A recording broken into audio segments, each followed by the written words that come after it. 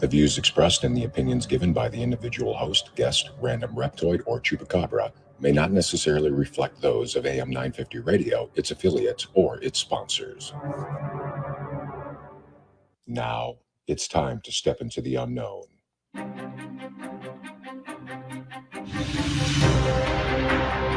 There are things people experience but never talk about. A shadow moving in the corner, flickering of the lights, a disembodied voice. We invite you to talk with us. Share your story, share your experience, because this isn't just your story, this is our story. This is Ghostbox Radio with Greg Bakken. And this is Ghostbox Radio on AM 950, where every night we talk about the paranormal, ufology, Bigfoot, and so much more. My name is Greg Bakken. Thank you very much for joining me tonight. You know, this is a show a couple months in the making. And by no fault of Daryl's at all, it's been hard to get Daryl on the show. As a matter of fact, it's amazing that he actually still had consented to take part in the program because of all the starts and stops that I've thrown in his way. So I really do appreciate it. Which Daryl are we talking about tonight? Well, I'm talking, of course, about Daryl Marston. You will have seen him on the A&E Ghost Hunters series, but he also just came out September 8th of this year. It's hot off the press. You could literally say that. The Horrors of House of Wills, a true story of paranormal investigators' most terrifying case. This is a brand new book that Daryl has written. And also, for us Minnesota peeps, the thing to keep in mind, too, is that this is published by Llewellyn Books, which is local to us. And Llewellyn, I've been a big fan of Llewellyn for years and years and years. We work with them very well, actually. And not only do they publish a great deal of paranormal books, but they also publish metaphysical books as well, witchcraft books, all sorts of great things. And they've been a very good supporter to a lot of the different witchery and other items around here. My whole library of paranormal books and metaphysical books actually have been given to me by Llewellyn over the past 3-4 years. So, you know, I can't complain. It's pretty good. So I'm very happy to have Daryl on with me tonight. Daryl, welcome to Ghostbox Radio. Thanks for having me. I appreciate you. Well, it's a thanks for, like I said early on, thanks for your patience. Because I have to tell people, I know that you're probably like, oh, come on, but it literally is like, Daryl very kindly agreed back at the end of August to be on the show, and I never wrote his name down on the schedule. And but you know, Daryl, I don't know if this will make you happy or this will annoy you, but you're in good company, because the person who actually took your slot, because I wasn't thinking, I didn't write it down, was Cindy Kaza, as it happens. Oh, okay. Very cool. So you know, it was that night was meant for either your goodness or her goodness, I guess. So, you know, first of all, I want to get to, before we get to your stuff, we have breaking news in Bigfoot land, as Lisa Smith had a quick question for us. Now, Daryl, I don't know if you've seen this. Have you seen the latest Bigfoot video out of Colorado? Is taken from a train. I have not.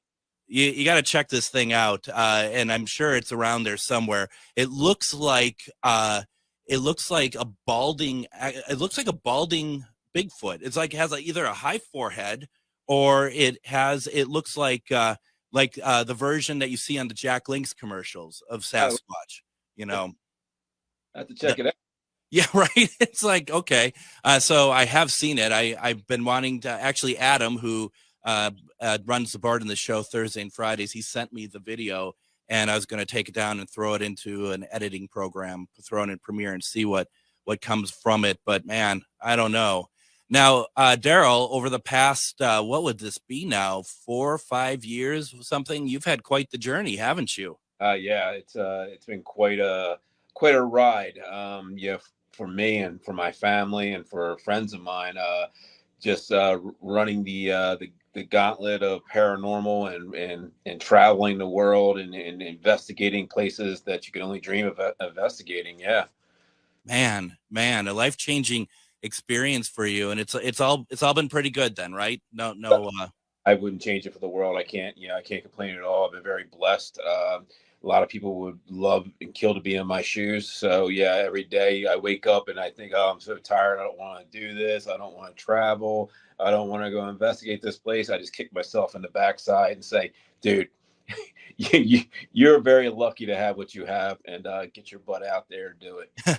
Well, but I mean, at least though you're owning up to human responses, right? I mean, that you're all human. Even no matter what the job is, there's going to be days that people are going to be like, I'm just not feeling it today. Do you, just kind of segueing a little bit into the book here, the horrors of House of Wills, and it's a true story of paranormal investigators' most terrifying cases. Was this a place that you kind of were like, I don't know if I want to do this, or was that a gung ho sort of situation? No, at the time I didn't realize, what this place entailed, but it was the one location that I walked into that really changed me as an investigator and as a human being altogether. It humbled me in a lot of ways. I almost quit doing paranormal because of it, because of what happened there, and to bring that home with me, which I had never had happen before at that point. So you got attachments from it. You got all sorts of things. Now, when did this take place? This took place in 2014. Back in 2014, I had been investigating at that point for 10 years, and I run into a location like this at that point. So this is before Ghost Hunters. Yes. It's about 4 or 5 years before Ghost Hunters. I was just a regular investigator at the time.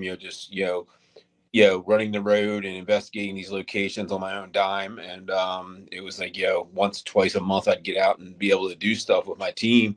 And geologically speaking, I mean, the House of Wills is in Cleveland, which is about 8 hours from where I live. So, it took a little bit to get there. And when I got there, I was sorry I did at the time. Yeah. So what is the House of Wills? House of Wills has been a lot of things. It's worn a lot of hats over the years. It started out, it was actually built by a 32nd degree Mason who was an architect back in the 1890s. And at that point, it was a Masonic temple. And then it became a German social club, a Hebrew hospital for a bit. It was even rumored to be a speakeasy at one point. And then around the early to mid 1940s, it became Cleveland's largest African-American funeral home, where it ran with that title for all the way up to 2002, when it shut its doors due to fraud. Then it sat for about 10 years, and a gentleman named by the name of Eric Freeman came in 2011 and purchased the property. And anybody who knows who Eric Freeman is, he's a high priest in the Church of Satan. He was actually a student of Anton LaVey's. Oh. So all the good and bad layers you have there, and then he started bringing his beliefs into the building with rituals and some of his symbolism and stuff of that nature. I believe it took it to a whole new level, that darkness. And that's probably why the place is so active and such a location that probably most people shouldn't be investigating. Now, would you know if there were any records of any sort of paranormal activity prior to Freeman taking over the location? There was. I've got witness statements. I've spoken to people who were there where Eric owned the property, some caretakers, and they said it was definitely active. It was an active location, a haunting, if you want to call it that. But they said after Eric took over the place, it took on a whole different atmosphere. Within 6 months to a year, it totally changed, where most of them didn't even want to be in the building anymore, and they wouldn't go there by themselves. I suppose that part of it is when you're talking about prior to him being in there, that, there's spirits or whatever else, but it maybe perhaps when it got to the point of what happened to you, that energy that he and his congregation must have or possibly brought in. Yes. And that's not knocking Eric. That's his belief system. Absolutely. That's why I'm trying to be careful myself. Yeah. No, I totally get it. Yeah. I'm actually friends with Eric. I mean, I had to get permission from him to write the book. I've actually interviewed him once or twice. I had meetings with him. As a matter of fact, I'll be with him Friday in Cleveland at my book signing. Uh, Nice. but yeah, I believe his belief system and what he brought into the building changed that atmosphere. And I only explained the building when people ask me what it felt like to walk into the House of Wills for the first time. And the only way I can explain it is it's the only place I've ever been to at that point that felt like a living organism. Like it wasn't so there was spirits there or entities, but the building itself was alive. I know exactly what you're talking about. Now, did that take you by surprise the first time you walked in then? I mean, as someone Yeah. who's never experienced that before? Yeah, at that point, I mean, it almost, I mean, all the investigations I did before that were like they meant nothing because I'd never experienced that. I mean, I just felt like a brand new investigator and I was green. This is something I'd never, ever experienced and didn't really know what to make of it at first. At first, it was exciting because you're taking on something completely new. And then it got serious, within a few hours of being there. And it wore you down very quickly. And not just me, the other investigators who were with me and people I've interviewed and talked to since and before that, who were there before and since then have all had, similar experiences that I had. Absolutely. Now, when it comes to that, uh, I don't know. I guess the question I was going to ask you is, prior to that investigation, were you a believer in paranormal? I know you've said you're doing investigations, but I think there's a level of skepticism Yeah. that people have, and there might be something that changes that. Did that change your belief system in spirits at all? Yeah, in a lot of ways. I was always a skeptic, and I'm still am a skeptic. Right. Yep. But it showed me that there are darker forces out there, darker energy that inhabit some of these locations. It's not always the good spirit, the aunt, the uncle, the mother, the father who passed away 100 years ago. There's energy at these locations that you can't explain, whether it be human energy or energy that was never human. You Yeah. can't put your finger on it at the time, and to this day, it's been almost 10 years, 9 years ago.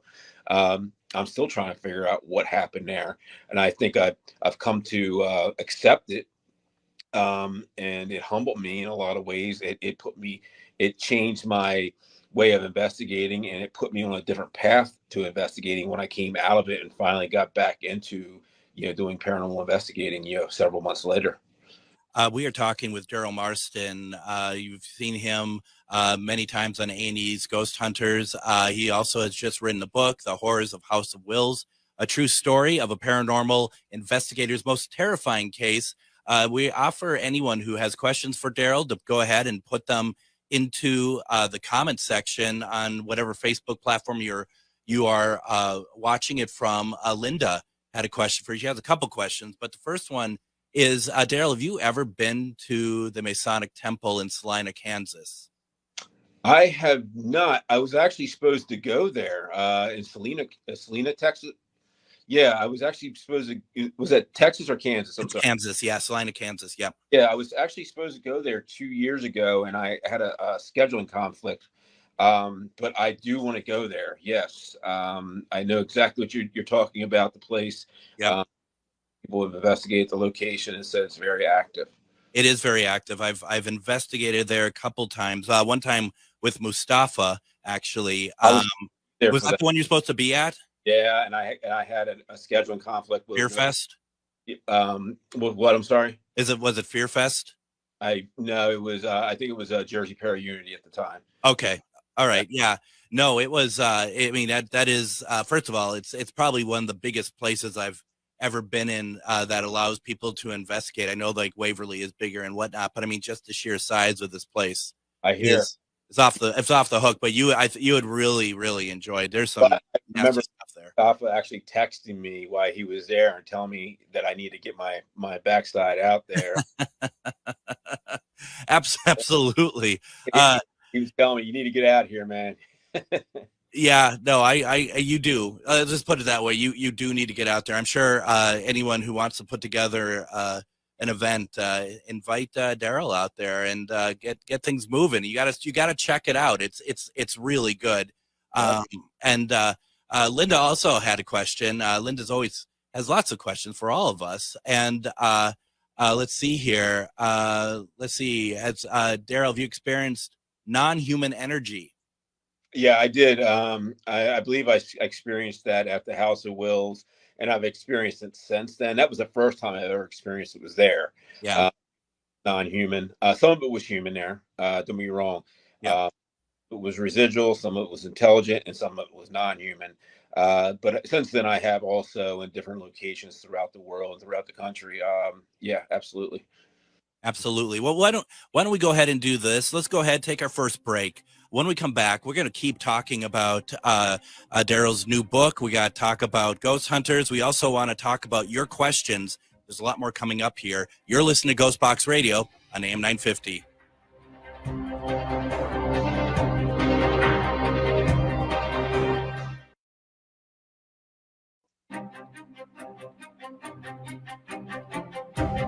And I hope to see you out this weekend at the American Legion 491 in Bayport, Minnesota. We're having Witchy Weekend on the St. Croix. I'm going to be speaking there Saturday at 5 p.m., but the whole event runs from 10 a.m. to 6 p.m. Once again, that's this Saturday, October 14th. And you can get your tickets. So you can go ahead, go to Eventbrite if you want, get tickets there. You can just look up Witchy Weekend on the St. Croix, or you could just show up the day of this Saturday and get tickets as well. Which Jody, who we had on last night, and you heard her commercials just now, she's going to be there as well. And it's going to be a great time. So I'm really looking forward to it. I am also looking forward to this interview I'm having right now. I have Daryl Marston on, and you know Daryl from A&E's Ghost Hunters. But also, did you know he wrote a book, The Horrors of the House of Wills, a true story of a paranormal investigator's most terrifying case. It's available through Amazon. And Daryl, is it available? Do you have like a site that you like to draw people to, or Amazon good? Amazon, Barnes and Noble. It's available in bookstores everywhere. Also, yes. And I just want to say, if you don't mind me saying so, Daryl, that I actually, if you go to ghostboxradio.com and look on Ghostbox Book Club, I have Daryl's book listed there, and you can buy it through there. It goes through Amazon, but we do get a little kickback if you feel generous and want to buy that route. Otherwise, Amazon works as well. See, I'm trying to make money off of you, Daryl. Everyone's trying to make money off you, aren't they? All good, man. As long as I'm making money too, we're all happy. And trust me, the money I'm making from that book doesn't even really constitute money. I think it's like even like half pennies and stuff like. I think they're hay pennies is what I get out of the deal. Linda has another question I'm going to ask here in a second, but it kind of makes me ask this question to you. You know, in my years of investigating, I'm finding more and more people have very certain styles. Not really a lot of individual styles, but people fall into different groups and stuff. What would you say your style of paranormal investigating to be? Well, these days, I mean, probably in the last 4 or 5 years, I actually investigate as a complete observer. When I go into I do a lot of events and stuff around the country. I go in and I don't go in and I don't open myself up to anything. I'll ask some questions. I'll let the entities or spirits or whatever's there, if they want to, just start communicating through just any our devices that are laying around. And I try to have just regular conversations with the people I'm with to try to lure them in to have a conversation with us. So yeah, I don't go in there kicking in doors or and harassing or anything like that. No, or interrogating the spirits like I see in a lot of investigations. They do, don't they? There's a lot of it. But when you say observer, though, it's more than that because you are interacting, right? Yeah, I'm interacting, but I don't open myself up to it. I don't No. open my mind and my thoughts up to anything that's there. I go in as a complete professional, and I try to stay away from the softball questions, and sometimes it's a little hard, especially if there's nothing happening. But I just try to sit there and I wait it out. It's like fishing. That's what I try to explain to people. It's Mhm. investigating is like fishing. You don't always get something, but when you do start getting that nibble, or you're starting to get, some feelings, or, maybe an EVP here and there, then you want to pursue whatever you're doing. It's interesting you talk about the softball questions, and I think that is something that is, I think a lot of investigators really struggle with, and I teach a class with my friend Shar, and that's something we always challenge the people taking it is how do you ask questions that are relevant but not obvious? Do you have any sort of advice on how you can think outside the box when you're asking questions at a haunted location? Yeah, I always tell people, like, at these events, like when we're in a room and there's 5, 6, 10, 15, whatever, how many people are in the room, sit around and have a normal conversation with each other. Yeah. How was your day? What are you doing? Just kind of, you're having a good time and talking with friends. Set out some recorders and some equipment in the room. And a lot of times what you'll find is if there's something there, it'll tune in and try to, enter into the conversation. Sometimes I'll put out, false information, like, oh, I heard like 100 people died in this building when it may have been 2. And they'll try to correct you and in an EVP. I've had that happen several times. So like I said, I kind of lay back. I take it easy. I don't stress it, and I just let them come to me. What I really hate is when you take, and I've seen this, I've just had this at an event a couple weeks back, and we were at a Masonic lodge and we're down in the basement, and somebody, after we set all the stuff up, someone asked the question, like one of the first questions, would you like us to leave? And I just looked at her. I'm like, please don't ever ask that again.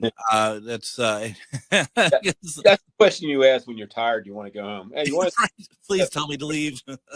A piece of, oh, look, it went off. All right, we're out. Yep, got to go. I didn't see it go off. No, trust me, it did.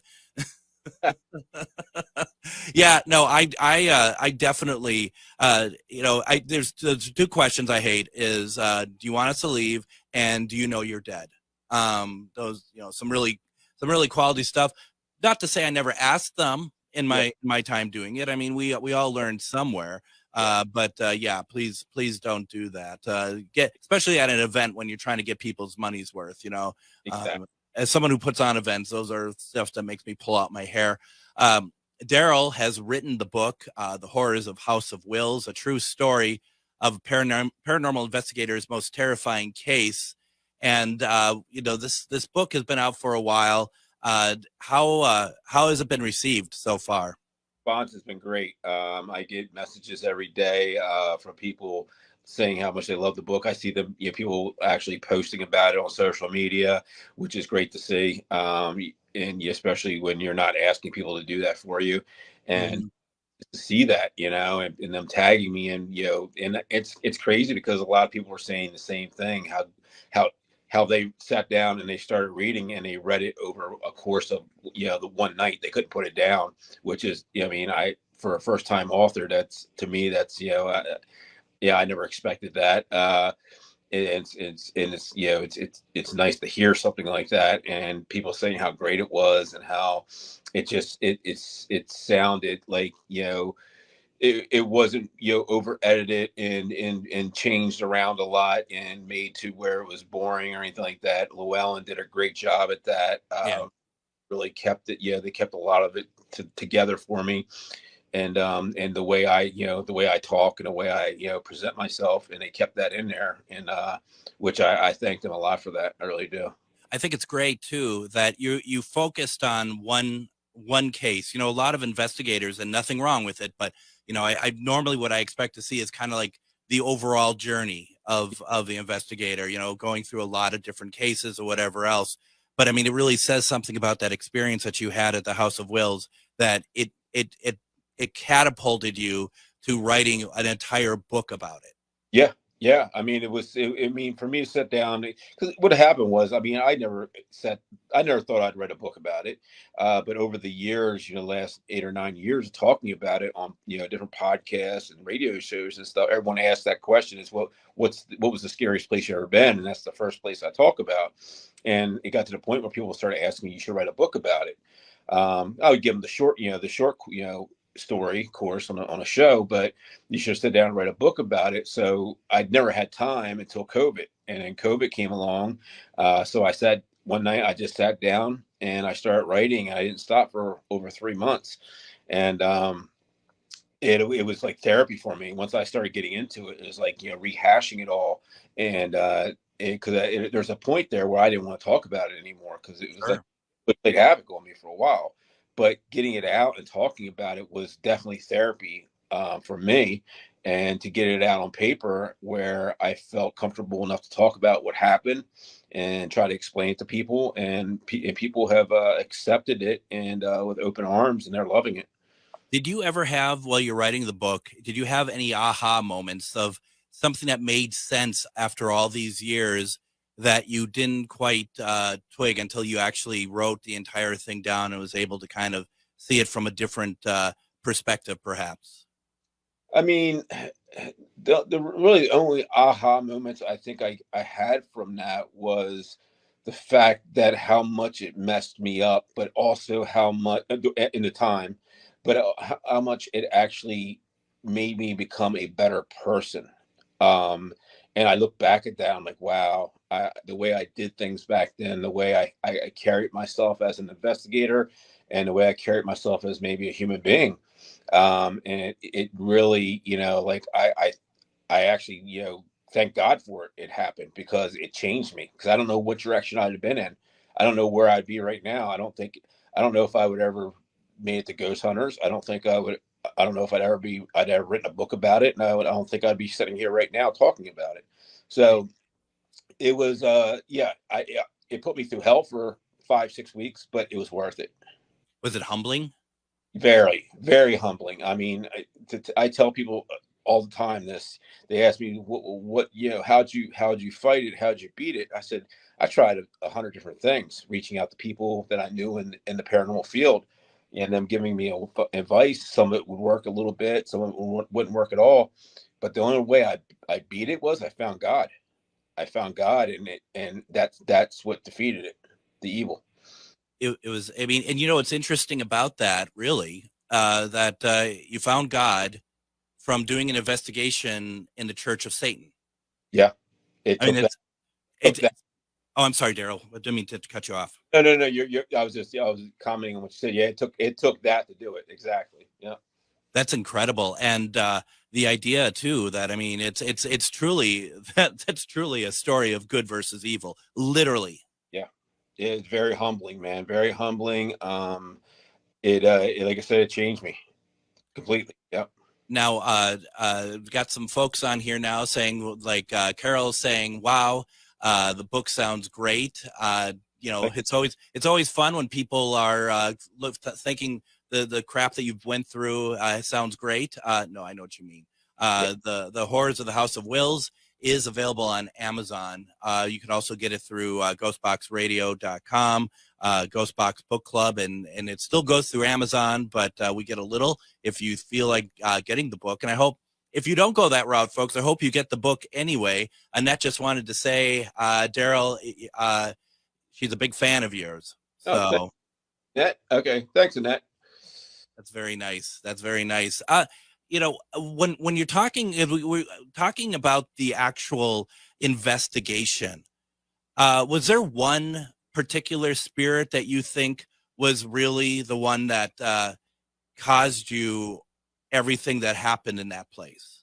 Well, I think not necessarily one. I do think it was what followed me home was more like it basically stamped me, or for whatever good reason it Mhm. wasn't full Monty. I don't think if it was, I don't think I would have been able to get rid of it as easy as I did, because most people who go through these attachments, it can get a lot worse than what happened to me. But I think in some way it marked me. I do think whatever is there, there's a hierarchy. It's kind of like there's a village almost of these spirits that are there, and there's a pecking order, and I think there is one there that can kind of controls everything. Um, I don't think that I actually had.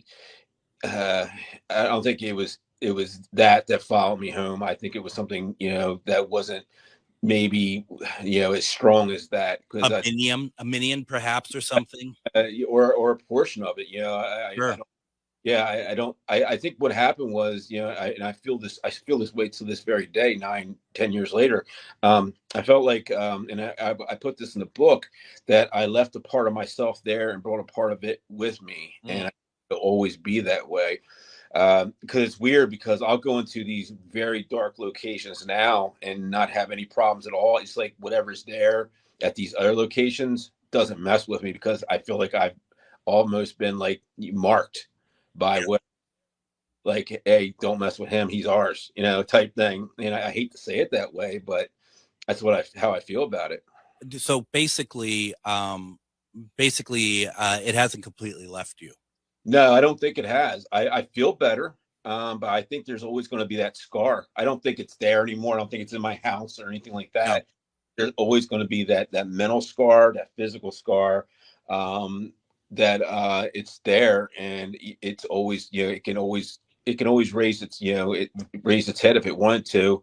But I think I've been able to control it well enough over the last several years, especially the last 8 or 9 years, where it has no power over me, especially, with me, being, finding Jesus, and, or Yeshua as my savior. I don't think it can touch me, to be honest with you. When it lifted from you, was that gradual, or was it literally like overnight? It was overnight, because I was fighting this, man. I was fighting this thing for over a month. And when I got down on my knees one night. It was the last thing I did. I don't know why I did it, or what brought me to it. And I said, I've tried everything. And I got down on my knees one night and started praying. And, tell you the truth, I was never a church going person. I don't go to church. I believe in Jesus my own way. But I got down on my knees one night and started praying, and I literally wake up the next day and I felt like a totally different person. And I didn't have that dark energy in my house. I could feel like it was totally different. Now, some of it might have been, me psyching myself out, but I do feel it changed. It started getting better every day. It really did.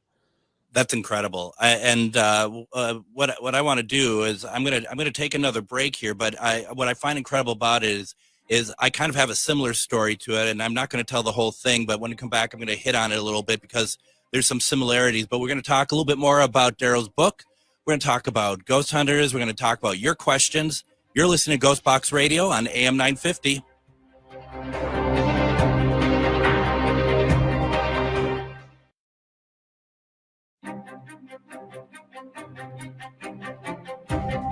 And I hope you join me tomorrow on Ghostbox Radio with Greg Bakken. We're going to have on author C.L. Thomas.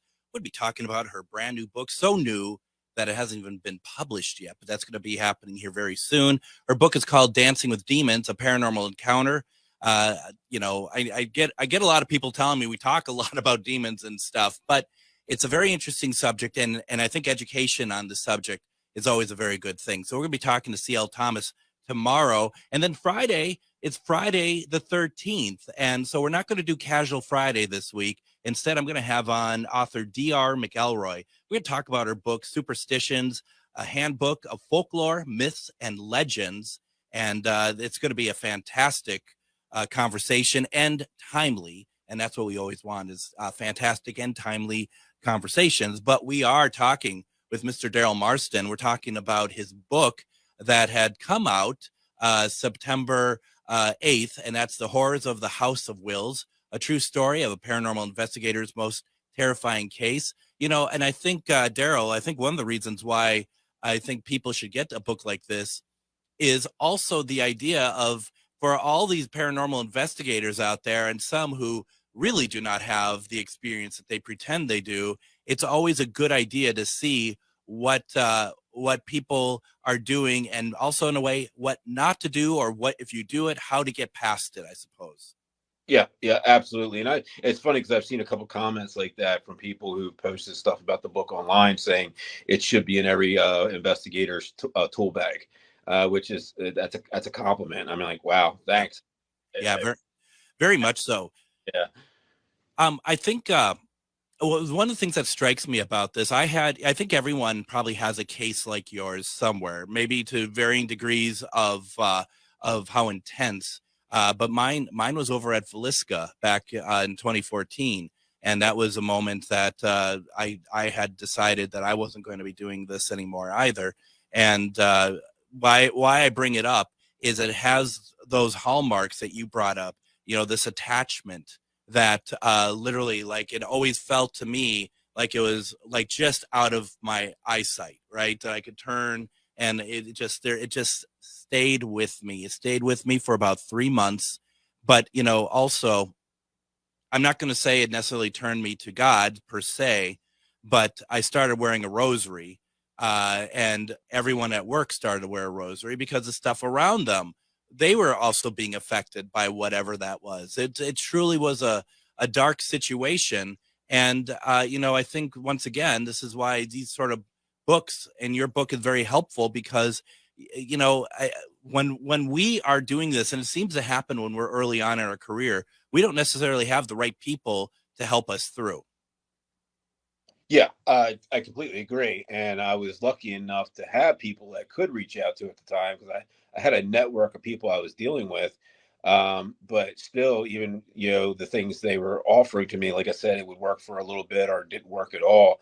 And the only thing worked was, man, I reached out to the guy upstairs. Yeah. Yeah. I mean, and that's fantastic that has worked for you. And I mean, I mean, as the writing process, as far as writing the book, it sounds like you took 3 months to write it. And it also sounded like it didn't take a whole lot of effort because you're just spilling it out, aren't you? Yeah, I'm reliving it at that point. Like I'm that I tucked away or forgotten that were rehashing themselves, which was pretty amazing to start remembering some of the things that happened. Just the little details, like the smells and the decay of the property and things of that nature, which just start popping. And you can almost smell it again. You can almost feel it again. That energy, and you were almost reliving it, but it was for a good reason, and I'm glad I did it.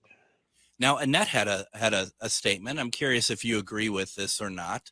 Annette says when it came to you having having it all go away, and that's what happened to me as well. One morning I woke up and I was fine. That's why I asked that question.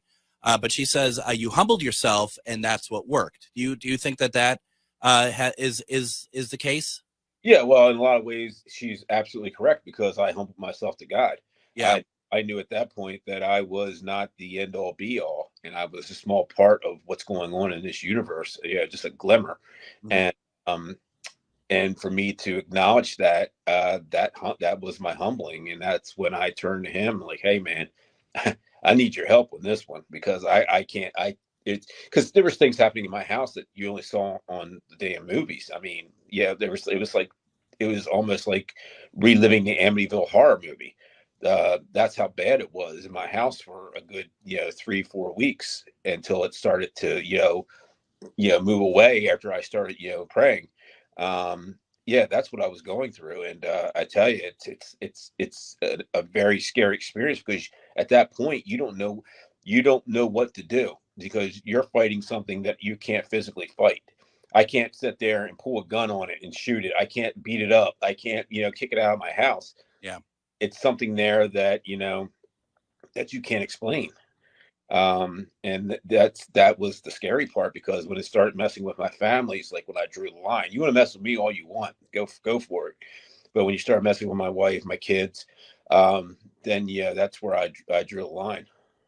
Now, Carol and I are on the same page here. What kind of things happened in your house, if we may ask? I don't want to give too much away because a lot of it's in a book, but there was a instance when I was laying in bed, and my son, he was maybe two and a half at the time, and I was putting him to bed. And he used to like get crawling in bed with me at night, and my wife wasn't home at the time. She was her the work she had was overnight, um, and I was laying in bed, and he was reading his Kindle or watching his Kindle, and I remember him, I'm just staring at him, like kind of laying on my side. And I remember him peeking over his Kindle. And I saw it before he saw it, but I didn't want to acknowledge it. and him staring at this dark mass in the corner, where the corner was a lot darker than the rest of the room. Yeah. And when I was laying there, and when he noticed that, and he put that candle up to his face and pulled the covers over his head, that broke my heart. That was like, okay, that's when, it was your fight or flight, and I was fighting, and that's what I did. Yeah, that's like that's too far, isn't it? It's way too far. Yeah, it's way too far. You don't mess with kids. I don't care what the hell you are, who you are. And that's where, I had to put my foot down, especially with my son. So, we keep talking about dark stuff. Has there been a location that you've been to that the spirit interaction or something that happened there you would term as beautiful? Ooh, yeah, there's quite a couple on filming Ghost Hunters that we did where it turned out to be a really great thing. I think one of them would it be Haines, Alaska, where we investigated the Halsey Land Hotel, and we made contact with an entity or a spirit on the third floor of the Halsey Land that had, that people were afraid of. People were running from it. The people who worked there. Haines, Alaska, it's a very desolate place. No one's ever investigated there until we got there.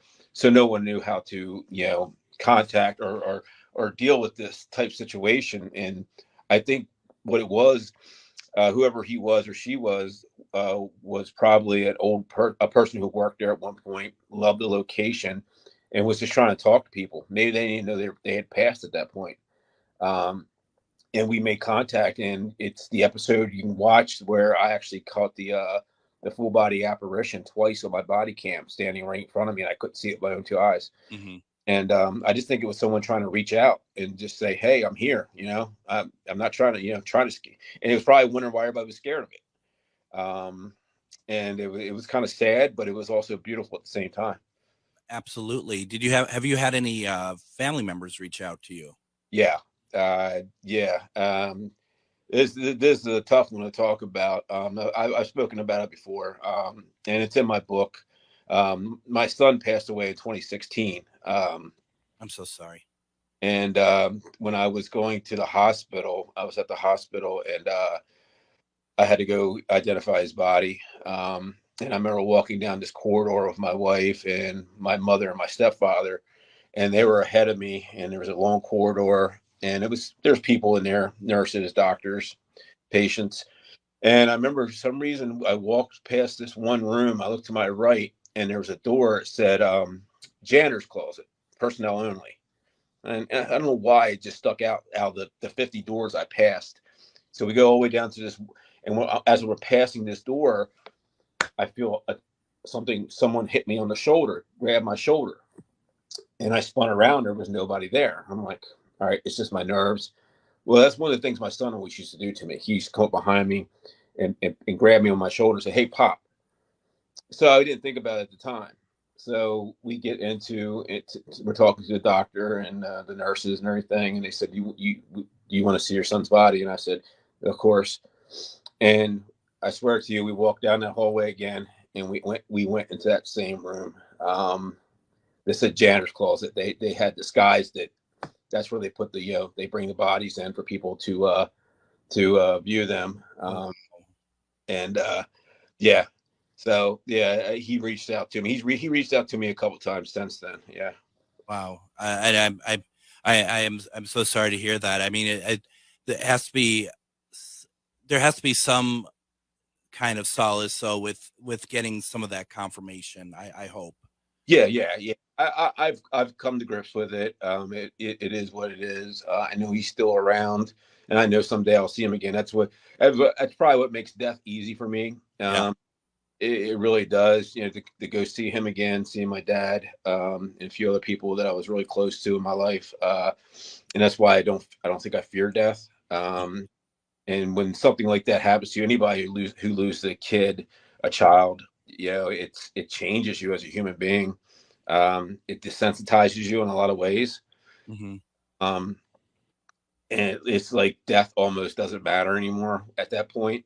Sure. And that's how I kind of view it. Like I fly a lot, And I'm always thinking to myself, the plane goes down, at least I get to go see my son again. A lot of Yeah. people that way, and it's a win-win either way. I get to spend the rest of my life with my other kids, and watch out for them. And if something does happen to me, I get to go see him again. So Absolutely. Absolutely. So what we haven't talked about at all funny enough, has been Ghost Hunters.